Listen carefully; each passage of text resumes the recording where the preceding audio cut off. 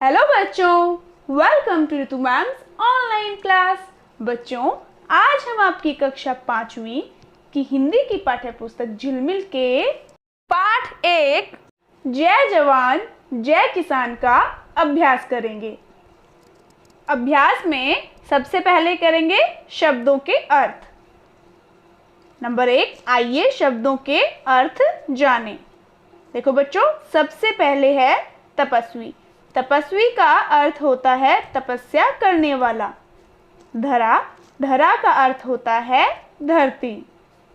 और पराक्रमी, पराक्रमी का अर्थ होता है वीर, बहादुर।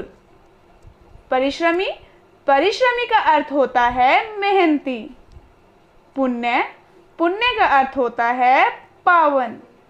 प्रणाम, प्रणाम का अर्थ होता है नमस्कार। प्रताप, प्रताप का अर्थ होता है बच्चों महिमा या फिर प्रभाव। प्रलय, प्रलय का अर्थ होता है विनाश। मौन, मौन का अर्थ होता है चुप रहना। और वतन, यह तो आप सभी को मालूम होगा, इसका अर्थ क्या होता है? वतन का अर्थ होता है जन्मभूमि, हमारा देश। श्रम, श्रम का अर्थ होता है मेहनत, परिश्रम। सनाथ, सनाथ का अर्थ होता है जिसका कोई स्वामी हो। रम्य, रम्य का अर्थ होता है सुंदर। चलो, शब्दार्थ हो गए हैं।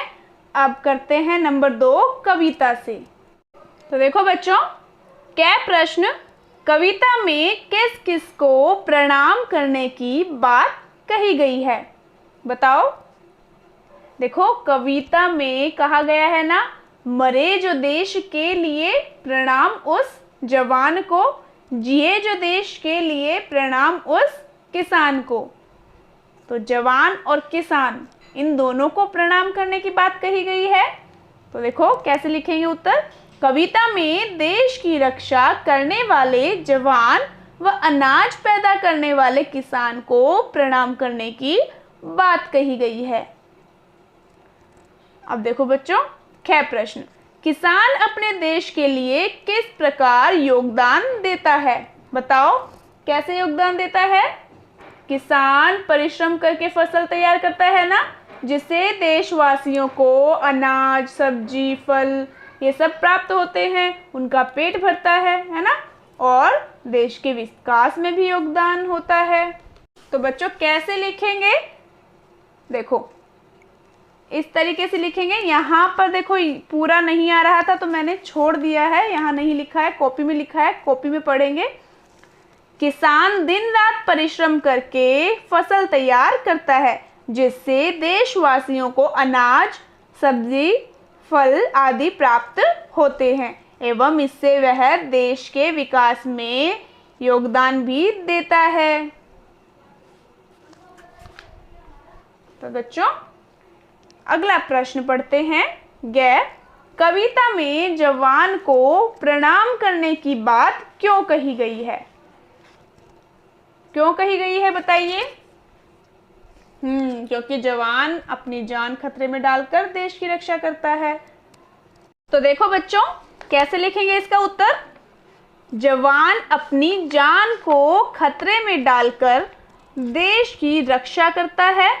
वह निडर होकर दुश्मनों की प्रलय मचाती हुई टोलियों का डटकर मुकाबला करता है, इसलिए जवान को प्रणाम करने की बात कही गई है। अगला प्रश्न देखो बच्चों, घ प्रश्न, कविता में महान आत्मा किसे और क्यों कहा गया है? बताओ, किसे और क्यों कहा गया है? महान आत्मा कहा गया है जवान को और किसान को। और क्यों कहा गया है? उनके त्याग और तपस्या के कारण। देखो कैसे लिखेंगे। कविता में जवान व किसान को महान आत्मा कहा गया है क्योंकि जवान अपने प्राणों की परवाह न करते हुए दिन रात देश की रक्षा करता है, वह किसान दिन रात परिश्रम करके अन्न पैदा करता है। अतः जवान व किसान दोनों के त्याग व तपस्या के कारण ही इन्हें महान आत्मा कहा गया है। चलो बच्चों, अगला प्रश्न, देश के लिए जीने से क्या अभिप्राय है? बताओ, क्या अभिप्राय है देश के लिए जीने से? देश का सच्चा नागरिक बनना। और सच्चा नागरिक क्या? जो अपने सुख दुख की चिंता ना करे, अपने देश की सेवा करे। तो देखो कैसे लिखेंगे प्रश्न का उत्तर। देश के लिए जीने से अभिप्राय है कि देश का सच्चा नागरिक बनकर अपने सुख दुख लाभ हानि की चिंता किए बिना देश की सेवा करना। ठीक है बच्चों, चलो अगले पेज पर चलते हैं। पेज नंबर 3, आपकी बात। देखो बच्चों, क्या प्रश्न, आप देश के लिए क्या क्या कार्य कर सकते हैं? बताओ क्या क्या कार्य कर सकते हैं। अभी आप छोटे हैं तो छोटे होकर भी आप बहुत कुछ कर सकते हैं देश के लिए, ये मत सोचना। बताओ। अपने देश की सफाई का ध्यान रख सकते हैं। जैसे कुछ लोग होते हैं ना, सड़कों पर ऐसे ही कचरा फेंक देते हैं, तो ऐसा नहीं करना चाहिए। कचरा डस्टबिन में डालना चाहिए, इससे आपका देश साफ व स्वच्छ रहेगा। अधिक से अधिक पेड़ उगा सकते हैं, जिससे वातावरण क्या होगा? वातावरण शुद्ध होगा, वायु शुद्ध होगी। और क्या कर सकते हैं? पानी बचा सकते हैं। कहीं नल खुला हो तो पानी बचा सकते हैं। कैसे? नल बंद करके। और क्या कर सकते हो बच्चों? और जैसे यातायात के नियम हैं उनका पालन कर सकते हो आप। और भी बहुत कुछ है, सोचकर आप लिखेंगे इसका उत्तर। कुछ पर चर्चा मैंने कर ली है आपसे। अगला पढ़ते हैं, ख प्रश्न, जवान और किसान के अतिरिक्त आप किस किस को प्रणाम करते हैं? बताओ। अपने से बड़ों को, माता पिता को, दादा दादी, चाचा चाची और नाना नानी, ताऊ ताई, बहुत है ना। अपने से जो बड़े हैं उनको प्रणाम करते हो सभी को। और क्या करते हो? स्कूल में किसको करते हो? अपने अध्यापक अथवा अध्यापिका को करते हो प्रणाम। चलो आगे, 4 पाठ से आगे। आपने अपने देश के बारे में कोई कविता सुनी या पढ़ी होगी। उस कविता की कुछ पंक्तियां लिखें। यह आपको स्वयं करना है। यहाँ पंक्तियां लिखनी है कविता की जो आपने पढ़ी या सुनी हो। अगला देखो बच्चों, ख, जय जवान जय किसान कविता में जवान और किसान का जिक्र किया गया है। जवान देश की रक्षा करते हैं और किसान अनाज पैदा करते हैं। आपके आस पड़ोस में और किस किस प्रकार का काम करने वाले लोग रहते हैं? चर्चा करें। किस किस प्रकार का काम करने वाले? देखो, हो सकता है सोने का काम करने वाले जो सुनार होते हैं, लोहे का काम करने वाले लुहार, और लकड़ी का काम करने वाले बढ़ई, और भी बहुत कुछ हो सकता है, अलग अलग काम करने वाले। तो आप यहाँ क्या लिखेंगे? आप लिखेंगे, देखो बच्चों, इस तरीके से आप लिख सकते हैं। यह आपको स्वयं करना है। मैंने आपको लिखकर बता दिया है किस तरीके से लिखना है। अब गए, अपने साथियों या अध्यापक के साथ रक्तदान के बारे में चर्चा करें। रक्तदान क्या होता है? रक्त, खून, दान मतलब दान करना, रक्तदान। तो बच्चों, रक्तदान होता है किसी को रक्त का, खून का दान करना।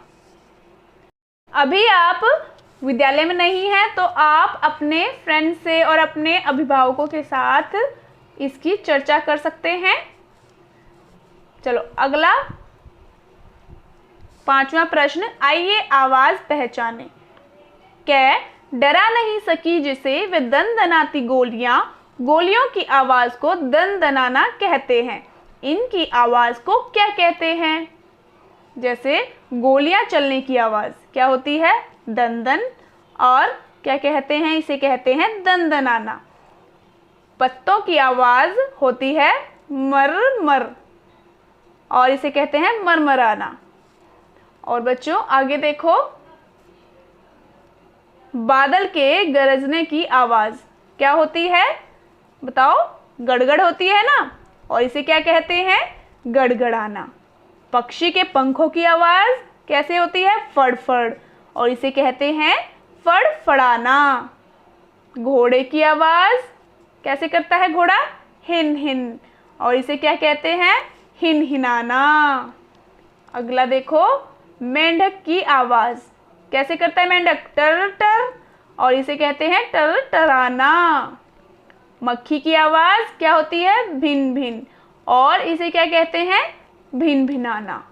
चलो बच्चों, पेज नंबर 3 तक हो गया। अगले पेज पर चलते हैं। अब पेज नंबर 4 पर आ गए हैं बच्चों। देखो, ख, पराक्रमी जवान मातृभूमि की शान बान है, परिश्रमी किसान से यह देश भाग्यवान है। इन वाक्यों में पराक्रमी शब्द जवान के लिए और परिश्रमी शब्द किसान के लिए आए हैं। ध्यान से कविता पढ़ें व लिखें कि जवान और किसान के लिए और किन किन शब्दों का इस्तेमाल किया गया है। देखो बच्चों, एक तो पराक्रमी और परिश्रमी, ये दो शब्द तो लिखे भी हुए हैं कि पराक्रमी जवान के लिए आया है और परिश्रमी किसान के लिए आया है। तो जवान के लिए और क्या क्या आया है कविता में? धीर वीर, ये दो शब्द आए हैं ना। ये दो शब्द दोनों जवान और किसान दोनों के लिए आए हैं। और त्यागी तपस्वी, ये दोनों शब्द भी जवान और किसान दोनों के लिए आए हैं। देखो बच्चों, यहाँ लिखा हुआ है ना, त्यागी तपस्वी धीर वीर आत्मा महान को, यहाँ दोनों की बात कही गई है ना, जवान और किसान की। प्रणाम रम्य भूमि के जवान को किसान को, तो ये शब्द जवान और किसान दोनों के लिए हैं। तो चलो बच्चों, अब 6 नंबर भाषा की बात। री और रे। पराक्रमी जवान मातृभूमि की शान बान है, मात्र मेरा तन नहीं सर्वस्व ही कुर्बान है। पहले वाक्य में मात्र शब्द आया है। ये इस शब्द में त्रि, त और री से मिलकर बना है। दूसरे वाक्य में मात्र शब्द में त्रै, त और रे से मिलकर बना है। आप भी कुछ शब्द लिखिए जो त्रि और त्रै से बने हैं। तो देखो बच्चों, नीचे लिखने हैं शब्द जो त्रि और त्रै से मिलकर बने हों।